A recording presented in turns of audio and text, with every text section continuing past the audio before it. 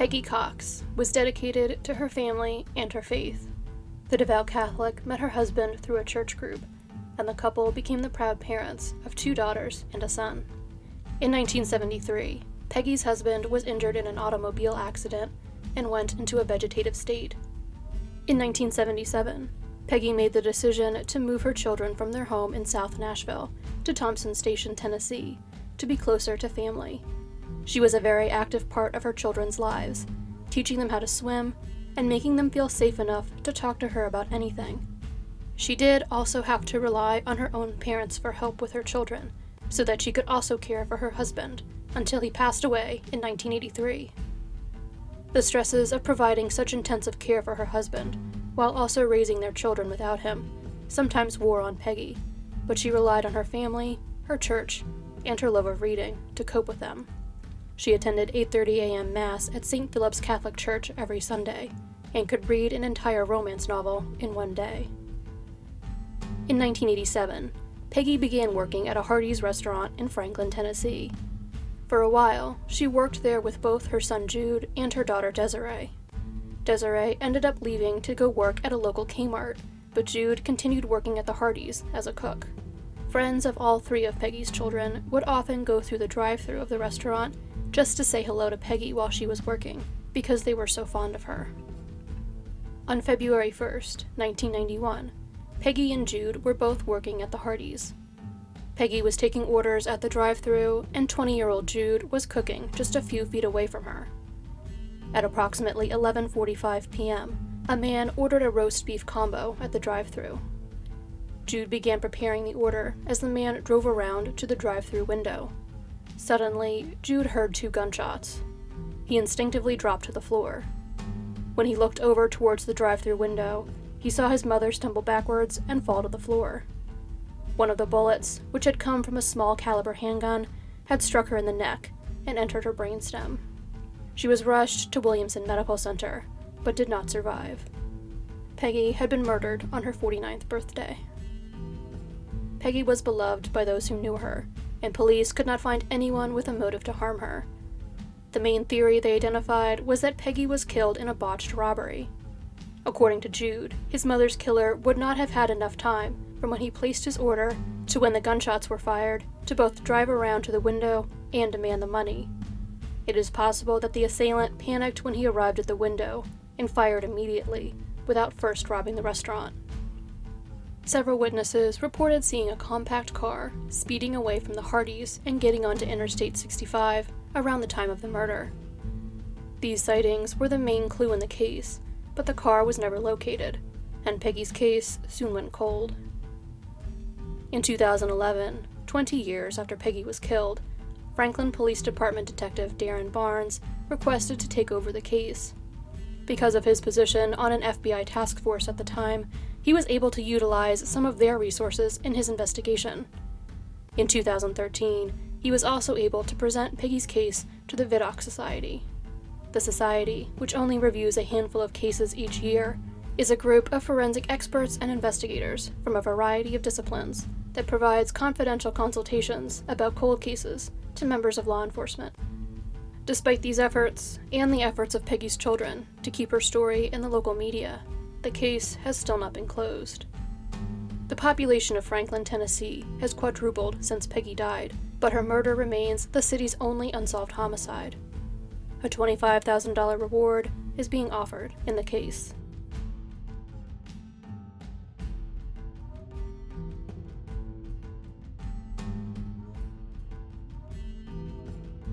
"46-year-old Rizwan Dhanani lived in Washington State, where he owned several businesses and restaurants.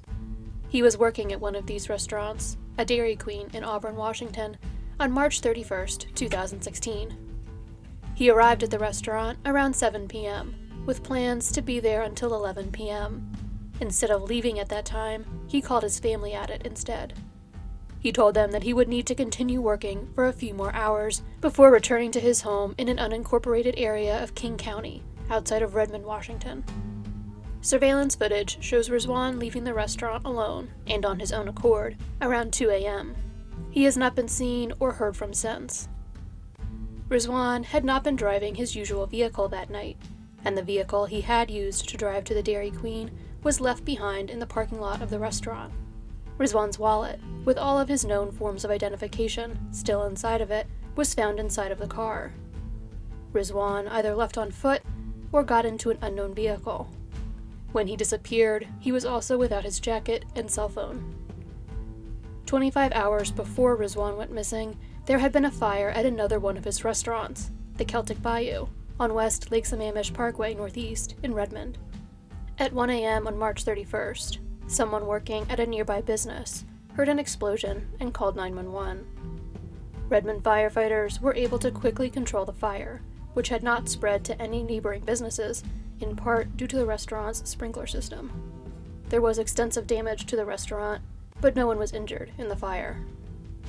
Police suspected that the fire was caused by arson, and the witness who had called 911 also reported seeing an unknown man walking away from the restaurant just after the explosion that started the fire. The authorities arrived at Rizwan's home at 5 a.m. that morning to inform him of the fire and to interview him.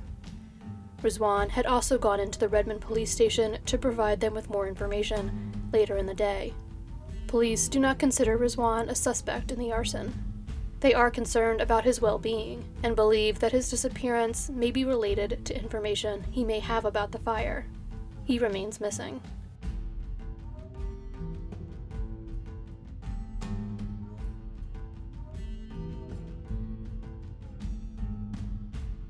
Nancy Theobald was witty, clever, independent, and accomplished.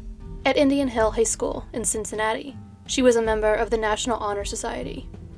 She received a scholarship to study in France as an American Field Service exchange student during her senior year. She was accepted into the honors program at the University of Cincinnati and began her studies there in the fall of 1977, with plans to major in finance. Nancy's father, Dr. Jerry Theobald, had been a veterinarian at the Cincinnati Zoo, but decided to open a veterinary clinic in Florida. He, his wife, and youngest children made the move to Pompano Beach, Florida, but Nancy and her two older siblings decided to remain in Ohio. The three siblings lived together in an apartment on Deckenbach Street in the Clifton neighborhood of north central Cincinnati. In addition to attending school full-time, 18-year-old Nancy found a part-time job working at an Arby's restaurant that was less than 2 miles from where she lived. She began working there in October of 1977, and her supervisor immediately noticed that she was a conscientious worker who was always nice to everyone. Nancy was last seen at the Arby's on November 16, 1977, when she was working a late shift. She did not normally walk home after her night shifts, usually calling her brother Michael or a friend for a ride. On this night, however, she walked home. Michael would later report that he had left their apartment around the time Nancy got off of work, so he may have just missed a call from her, asking for a ride. It has never been confirmed if Nancy did in fact call home, or any of her friends, asking for a ride. Whether by choice or by necessity, because she could not find someone to pick her up, Nancy left the Arby's at 10:50 p.m. to walk home. She never arrived. Nancy's family knew that something was wrong as soon as she disappeared. According to her family, Nancy was simply too dedicated to her education and family to simply walk away from all of her responsibilities, and she had nothing to run away from. She also did not have a driver's license or a car. When she left the Arby's that night, it is believed that she only had $10 in her work uniform with her. Nancy remained missing for almost 6 weeks. On December 27th, a farmer discovered her body frozen into the mud in a creek bed on his property near Westchester in Butler County, north of Cincinnati. She was partially nude. A rope was around her neck, and her hands were bound behind her back. Her autopsy would reveal that she had died of strangulation and had been sexually assaulted. Nancy's case went cold for decades. In 2000, the Butler County Sheriff's Office announced that they would be reopening 4 cold cases. One of these cases was Nancy's. Sheriff Harold Gabbard also announced that he believed that Nancy had been killed by the same person who had committed 2 of the other murders being reopened. 22-year-old Tammy King was a mother of a 4-year-old son, Michael. She went missing on October 25, 1982, while she was 5 months pregnant with her second child. Her body was discovered in Riley Township, Ohio, on November 13th. 24-year-old Victoria Hinser was reported missing by her roommate a few days after she failed to show up for her shift as a waitress at a Red Lobster restaurant on October 20th, 1976. Her body was found in a wooded area in Ross Township, Ohio, by a man walking his dog on October 31st. All 3 women were attractive brunettes from Cincinnati. They had all been sexually assaulted and strangled before being left, either nude or partially clothed, in remote areas in southern Butler County. They were killed in different years, but at the same time of year, between the end of October and the middle of November. They had all recently been working in the food service industry. Victoria and Nancy were both still employed at restaurants, and Tammy had recently worked at one. The sheriff's office had a suspect they believed to be connected to all 3 cases, although they did not publicly identify him, beyond revealing that he was an inmate at the Chillicothe Correctional Institution. Investigators went there to interview him, but he did not wish to cooperate. This suspect was not the only lead the sheriff's office was following. They also hoped that the more advanced technology that was now available to them could provide them with a suspect. Hair and fiber samples were submitted to a lab for analysis, but the effort did not solve any of the 3 cases. Nancy's family has remained dedicated to finally resolving her case, even after decades without answers. Nancy's brother Joseph, who was just 11 years old at the time of her death, kept his sister's memory alive in part by naming his youngest daughter after her. He lives in Florida, where he works as an insurance investigator. He has also been investigating Nancy's murder. While looking at Nancy's autopsy report, he noted that blood that may have belonged to her killer was found on her sweater.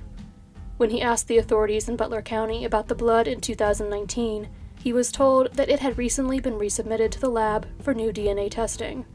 So far, this testing has not located a match to the DNA. If the contributor of the DNA can ever be identified, however, it may be the break in the case that will finally close it.